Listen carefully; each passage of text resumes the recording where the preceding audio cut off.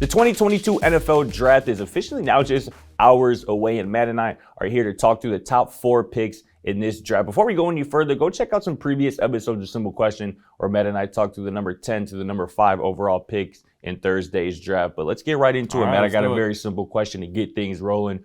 Who will the New York Jets select with the number 4 overall pick in Thursday's draft? I have the Jets going offense, and I have them going with Garrett Wilson, the wide receiver out of Ohio State. Yeah. Earlier in this run of episodes we've had, I said that the Jets are going to go with Jermaine Johnson II, a defensive end, a pass rusher with their 10th pick. Yeah. So you got to go offense, got to get a little bit of both sides. Wilson is one of those guys where you talk about it, and he's definitely one of the top wide receivers in this draft class. I think he's a guy that can be great on the outside. He is really good at adjusting in the air, making adjustments for the football. And when you look at what the Jets need, we talked about it, especially when you talked about your pick going with Drake London. Yeah. It's a very similar situation. You know, Zach Wilson is a young quarterback. You need to add pieces around him.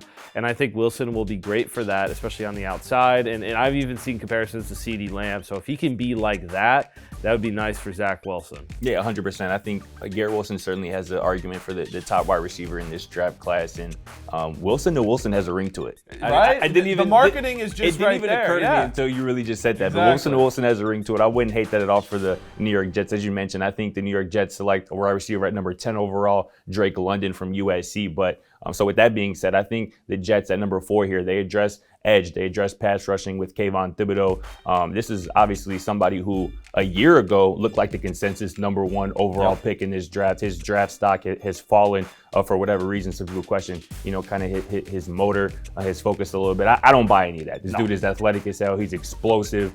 He only started 9 games last year, missed a few games with some injuries, still had 7 sacks in those 9 starts. So, this dude is a baller. I think he's going to be able to get after quarterbacks at the next level, and this is something that this Jets defense needs. They should be pretty good up front on both sides of the ball, but again, they're just lacking that explosiveness, somebody who can instantly from day one give you 7, 8 sacks in the NFL. I think Thibodeau does that. I mean, if Thibodeau is still available at 4, I don't care if Garrett Wilson is there. I'm taking Thibodeau too. No doubt if he falls to that would be absolutely insane. It's such a great pick for the Jets because I do like Thibodeau as well. No doubt, a true blue chip prospect. But let's move on to the number 3 overall pick where the Houston Texans will be selecting. Where do you think the Texans do at number 3? I have the Texans going Kyle Hamilton because I think the Texans need a full rebuild and they also need a culture change. This is a team that has been known for being terrible. And basically everybody who leaves Houston is thankful that they left Houston because it's just not a good culture. It's not a good situation. And I feel like Hamilton, not only as a great player, but he's going to be a great locker room guy. And we talked about this on an earlier episode. Leader. This is a guy who can come in and be a true leader. He's going to be one of your best players on the field, both on offense and defense, no matter what side.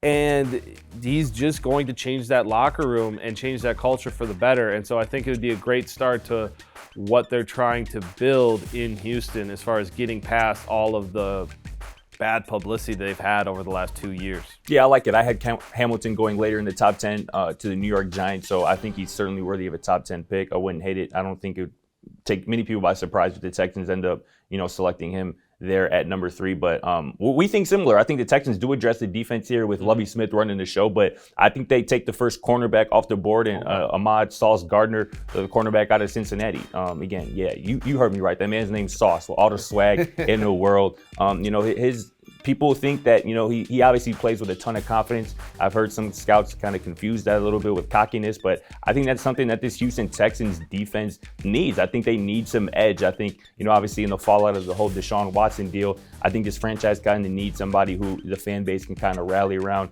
Sauce is that dude. He's a playmaking, lockdown corner. He didn't allow a single receiving touchdown through 3 years of college football. Last year, he only gave up about 6.6 yards per catch. Which is just marvelous. So this dude can line up from day one, be your number 1 corner, lock down, try to lock down the other team's best receiver. And again, he has the size, the speed, 6'3", runs a 4.4. This dude has it all. I think Sauce is a future star. And again, his name is Sauce. Yeah. How easy is that going to be able to market in the Houston area? I mean, right off the bat, wide receivers are going to get lost in the sauce. Period. Like that's what it writes is. itself. And you know what? I'm gonna say this right now. I don't know what GM doesn't want their star DB to be humble. You want a cocky DB. That it's just that type of position. If there's any position that you want that in, it's definitely cornerback, defensive back. And obviously, I think there's a legitimate argument whether you take Sauce or Derek Stingley, the cornerback out of LSU, is kind of the top corner in this draft. There's an argument to be made there, but I think Sauce's intangibles kind of gives him the edge. He has the sauce. He does.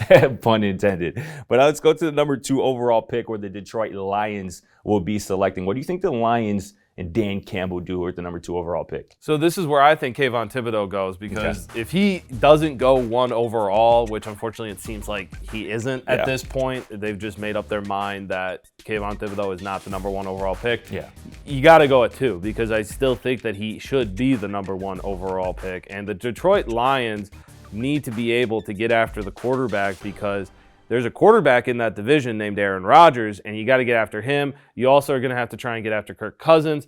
And again, this is a team that is starting to rebuild. There's some pieces on the offensive side. They need pieces everywhere, though. And I think that when you have the 2nd overall pick, you can, especially in this draft, you can find a very good pass rusher, and that is one of the cornerstones of a rebuild. So go get Kayvon Thibodeau and be happy in Detroit and maybe be able to actually get after guys like Aaron Rodgers and Justin Fields and Kirk Cousins.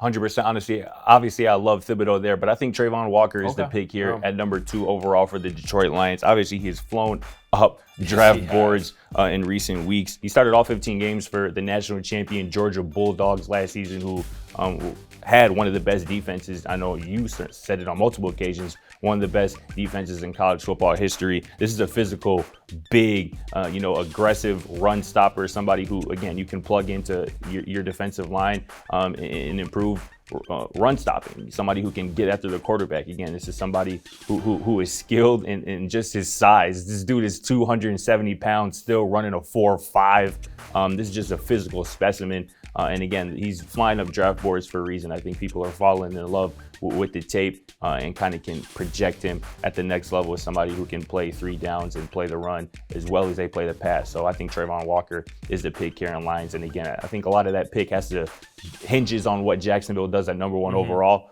But I think Detroit would be very happy with having Trayvon Walker fall in their lap. But let's talk number 1 overall pick. We might agree here. Probably will. What do you think the Jags do with the number 1 overall pick in the 2022 NFL draft? Yeah, I think they go Aidan Hutchinson. I think that has kind of been set up, and it seems like it's the consensus. And honestly, it makes sense. I mean, Hutchinson is a great athlete. He's a guy that put on an amazing season for Michigan. And, you talk about a guy like Trayvon Walker, where they have that blue chip pedigree of being a Georgia Bulldog, and on that defense, the Michigan defense this year was very impressive. And it also was run by a guy that used to be within the Baltimore Ravens organization with Harbaugh's brother. So he brought in a little bit of that NFL situation, and he brought that over to Michigan, and you saw Hutchinson thrive. I think this is a guy that can still get after the passer.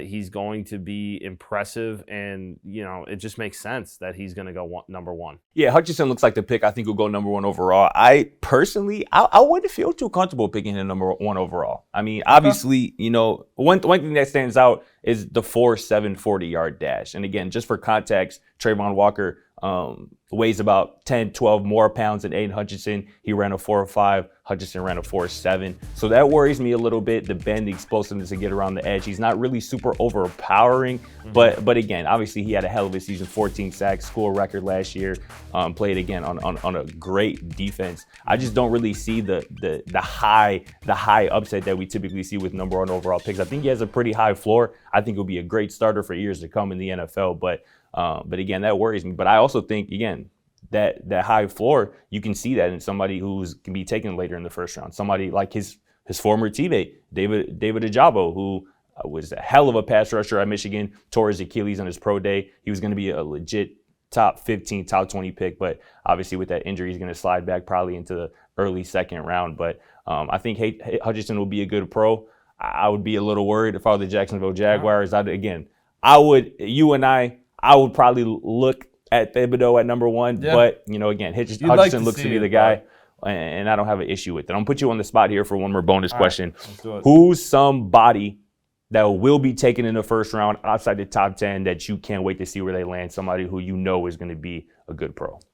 Well, right off the bat, Christian Watson comes to mind. And then is honestly all wide receivers. Christian Watson, yeah. Chris Olave. Chris Olave, I've been saying it basically since we started talking about the draft, but he almost feels like the Justin Jefferson of this draft, not because their play styles are similar or anything like that, but just because Olave seems like he's going to fall to either the mid-20s or the late teens. Yeah. And it's going to go down, I think, that whoever gets him, he's going to go so crazy that they're like, how did we not get him at 10? Like, why was he not drafted sooner? Yeah. Because he's going to be one of the best out of this draft. So yeah. I'm excited to see where Olave goes and what team gets him, because also a team picking back there is going to be a playoff team. So don't let Kansas City or Green Bay get a guy like Chris Olave and have Pat Mahomes or Aaron Rodgers throw it to him. But that's a guy that I'm very excited about. What about you? Yeah, I had another receiver to that mix that you didn't mention, Jamison Williams. People are sleeping on him. The Alabama wide receiver who obviously, had a pretty major injury at the end of last season. He's going to be ready. He's ahead of schedule in his recovery. And you mentioned, I think the Kansas City Chiefs late in that first round added J-Mo. I mean, Jamison Williams is just electric with the ball in his hands, kind of like a Tyreek Hill, to a lesser extent, a Deebo Samuel type, somebody who just get the ball to and they're gone. And I think, obviously, with the Chiefs letting go of Tyreek Hill, them having 2 first-round picks, I think people are going to be a little bit skeptical to draft Jamison Williams off the injury. And I think that'll fall perfectly into the Chiefs or another good team like the Packers, somebody else. But Jamison Williams will be a good pro. Absolutely. And I heard Dan Orlovsky say on NFL Live not too long ago that there's probably 6 wide receivers that are going to go in the first round, and all of them are capable of making an impact as rookies. And I agree. I expect the same out of this wide receiver class. Can't wait to see how this draft unfolds in a few hours, this first round. But catch us on tomorrow's episode of Simple Question. For Scott Proctor, my guy Matt Morris right here, a.k.a. Big Red. We'll catch you soon.